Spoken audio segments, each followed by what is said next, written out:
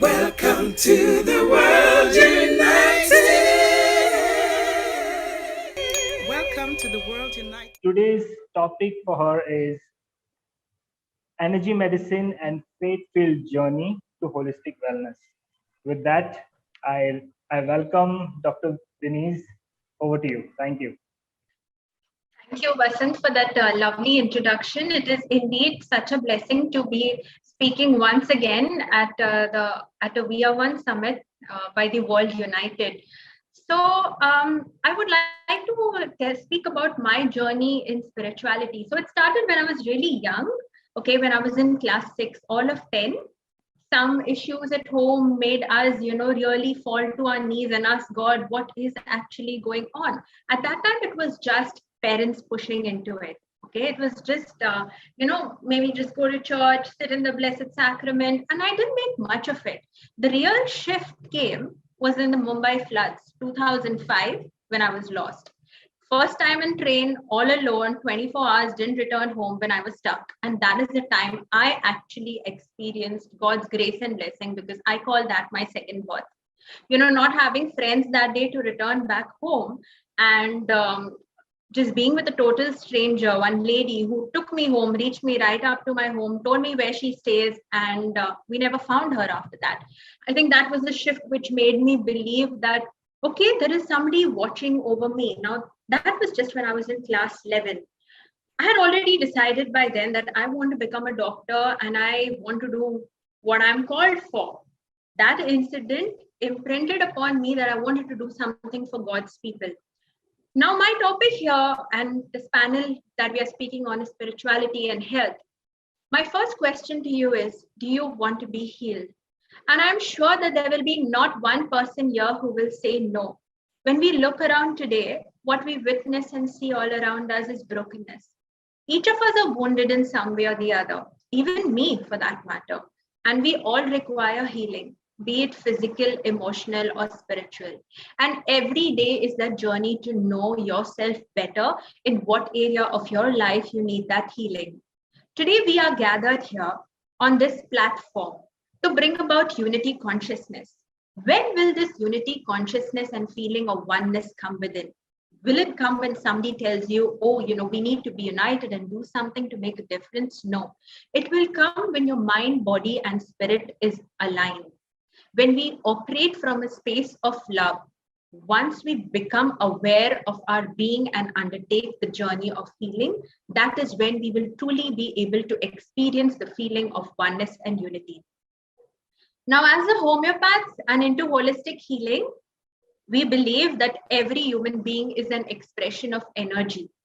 And this energy is released from divine consciousness. God has thought about us and made us each and every one of us, me, you, all of us in his image and likeness. Flowing into us, that energy of God flows into us as we express it in our own unique way.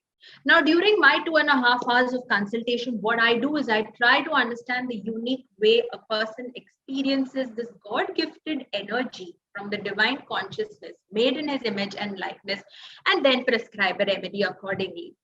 After all, we all know what holistic healing is all about. We've been learning it and we've been listening to it the entire day. It is a balance between the mind, body, and spirit.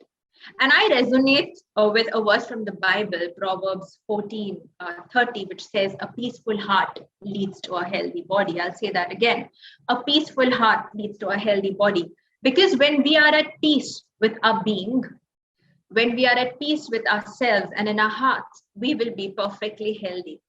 Now, I believe that acknowledgement, vulnerability, and surrender is essential to healing. When we acknowledge that, yes, I do have a problem. I am struggling with my emotions, or I'm struggling. I'm having a chronic headache. I do have a problem. I am struggling to manage my life. When we acknowledge that, that is the first step you take towards healing. We must be vulnerable then to allow ourselves to receive that help and be healed. It will come through the form of doctors or people who will actually guide you for your good, and then surrender to the Almighty. Because What is life if we don't surrender to the miracles that the Creator has in store for us? How does faith come into the picture here? Like I said, we are all made in God's image and likeness, and we are His. So it is a given that God desires our healing. And many a times we face a block. We wonder, why do we face that block? Because at that minute, we are not able to trust that yes, once we surrender, once we let go the need of control, once we let go the need that only I can take care of it, we open ourselves to a channel from higher healing. And this is where faith comes in, because this helps us get through those challenges. When extended trials press on us, we can falter and lose heart and ask God, why me? And I really resonate with Anup Kumarji's talk today when we ask, why me? Because when external challenges don't happen to us, how can we grow? How can that healing come to us when we do not go through that phase? Like I remember when I was stuck in the floods in 2005 and didn't return home for a night, no friends, all cell phone towers were blocked. My dad thought I died. Like he really thought I died. And I witnessed death very closely, because I saw people falling into the drains in front of me, in locked cars the next morning, animals dead on the street. It's very traumatic till date. To those of you who like monsoons, no offense to that, but I dread the monsoons till date, because it was a very traumatic experience for me. But had that not happened, I would not be on this journey to actually being a conduit to helping people face their fears, face their trauma. Because when these trials press on us, that is when we open up ourselves to what God has in store for us. And if we can't hear God speak or feel His comfort, it can at times leave us questioning, why are we abandoned? Where was He when I needed Him? And does He really love me if He's letting me go through this? But even in these little moments of faith, God does not hesitate to extend His hand to help us and pick us up. He desires to know your voice, because there is power in the weakest of pleas. Now that night, okay, being all of just 15 years old at that point of time, I didn't know where to turn to. I mean, I waded through chest deep water, and I was just like, oh my God, am I going to die? Am I going to reach home? All I knew is my train stuck between two stations, Mahim and Matunga, and I knew there was a church nearby. And I just said, God, Mother Mary, just reach me home safely. Luckily, it was a lady who reached me home safely. I always wonder, that was so angelic. So when we struggle, I believe that when we struggle to make a breakthrough with our illnesses, God desires our total surrender. These trials come into our lives, heartbreaks happen in our lives to help us to acknowledge that there is indeed a power above us who's taking care of it all. We don't have to figure it all out ourselves, rather humble ourselves to be blessed with the grace to be guided in the right manner. Whatever areas we struggle with, we need to surrender, because healing is a gift of God. And we don't have to struggle for a gift and blessing that is always meant to be ours. We've been given the stewardship of our body. It's our body. The body is the temple of God, and we are given the ownership to take care of it by nourishing it with the right food and taking steps to holistically improve our lives. We have to be mindful and will be blessed abundantly, because after all, we are made in His image and likeness. Healing, therefore, is an invitation to be vulnerable, to open our wounds to the mighty healer and truly work with His grace and the light to attain complete cure and health. That is the balance in mind, body, and spirit. I believe that our journey to evolving is a never-ending process. Healing is a never-ending and ever-deepening process, and we go through it, I think, till the day we pass on to the next phase of our life. I would like to end this from a small excerpt from a book, Breathing Underwater, Spirituality and the 12 Steps by Richard Rohr. And I would like to quote, to finally surrender ourselves to healing, we must have 3 spaces opened within us, and all at the same time. Our opinionated head, a closed down heart, and a defensive and defended body. I'll read that again. To finally surrender ourselves to healing, we must have 3 spaces opened within us, and all at the same time. Our opinionated head, a closed down heart, and a defensive and defended body. That is the work of spirituality, and it is work. Yes, it is finally the work of a power greater than ourselves, and it will lead to great luminosity and depth of seeing.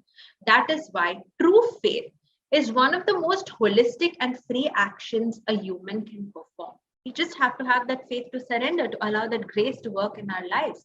It leads to such broad and deep perception that most traditions would just call it light. And the Bible beautifully says, remember, Jesus said that we are also the light of the world in Matthew 5:14. And I would like to end with another quote, with another verse from the Bible, Romans 8:28. I'm deeply spiritual, like I say. And we know that God causes all things to work together for good to those who love God, to those who are called according to his purpose. Faith and trusting in God's providence must always fill our hearts in front of every challenges. I truly, truly believe in this, and I resonate so deeply with it. And when today patients come to me, they say, we see your post, you're very spiritual. Can you pray? And believing that I'm a conduit, I treat and he cures. There are really few patients who don't really respond to the treatment that I provide. It's most of them who just come to me and say, thank you for praying for me. Thank you for keeping me in mind. And that's the energy I give out. And I'm so happy and blessed to be doing what I am called to do, which gives me a greater purpose. Thank you so much for this opportunity. Thank you, Dr. Denise. That was really, really beautiful.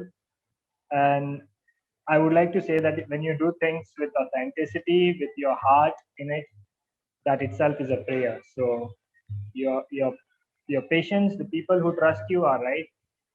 Well done. Thank you so much. Thank you. With that, we would like to present the certificate to you on behalf of the World United. Congratulations. Thank you so much.